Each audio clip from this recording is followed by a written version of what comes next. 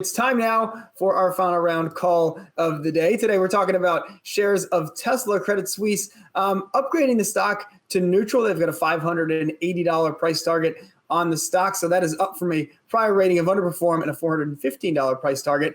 And the note is similar, Jen Rogers, to an angle that we heard from another research firm last week, which is that Tesla, and that was Adam Jonas at Morgan Stanley, saying Tesla is a company that is able to extend its lead in the electric vehicle space as a result of coronavirus, because all they're thinking about is getting their electric cars back on the road, while its competitors who are trying to not go out of business or go bankrupt and develop electric cars are kind of caught between a rock and a hard place here. Yeah, this builds up a couple things that we've heard Jonas talking about, but as well as other people, and it's twofold. There's the behavior change that consumers are going to be going through, and that plays into Tesla's hand very well. How they're able to already do things to their cars, and you don't even have to take it in. And then just the changes that we're seeing in manufacturing that Tesla already has a jump on as well. There are a couple of things that, it's bullish, even though it's an upgrade to neutral, I would say, a $580 price target. But there's some pretty big jumps in here that really need to be made, especially as it comes to their margins and what they want to see with battery pricing, which we all know is really important for Tesla's growth and evolution. Yeah, and I like the two clocks framework, Dan. It reminds me of the two pizza team thing at Amazon. You familiar with this idea? And yeah. It's basically like if you can keep things.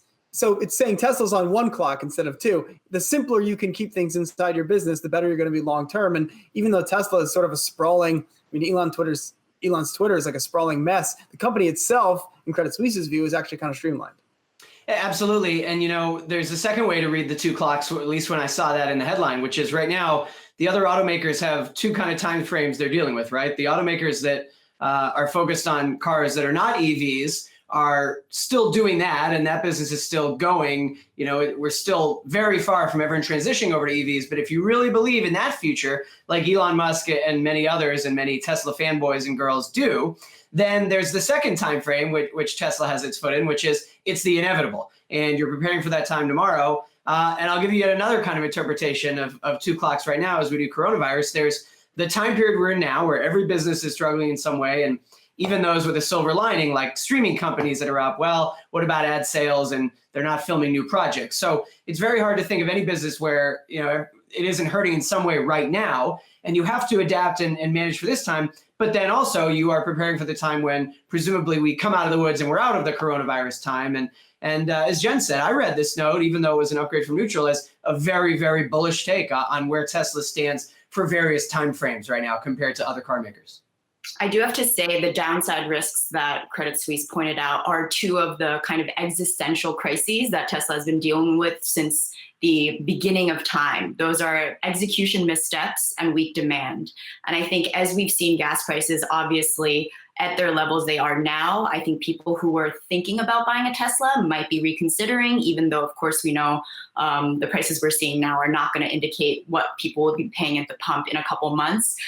So that weak demand question, I think, is still up for grabs. And then kind of echoing back to that Morgan Stanley note, there are a lot of similarities here. The one thing I do want to point out is all of the incumbents in the car space, whether that's Ford or GM with that new Hummer that's supposed to be coming out, I think those investments, and we had discussed this with Rick Newman, those investments will likely be carved down a little bit. And so Tesla does have the advantage just from, having a lead time there in a way that the incumbents here, when it comes to the auto space, have not been able to really invest in those sorts of projects. And it'll just be interesting to see. Everyone now is so convinced that every nascent trend, whether it was working from home and streaming, all this stuff, they're so convinced they've all been accelerated by coronavirus. I wonder if electric vehicles fits into that basket or whether it sort of gets left behind, because look, and it's an expensive consumer durable, and I think that's probably something less attractive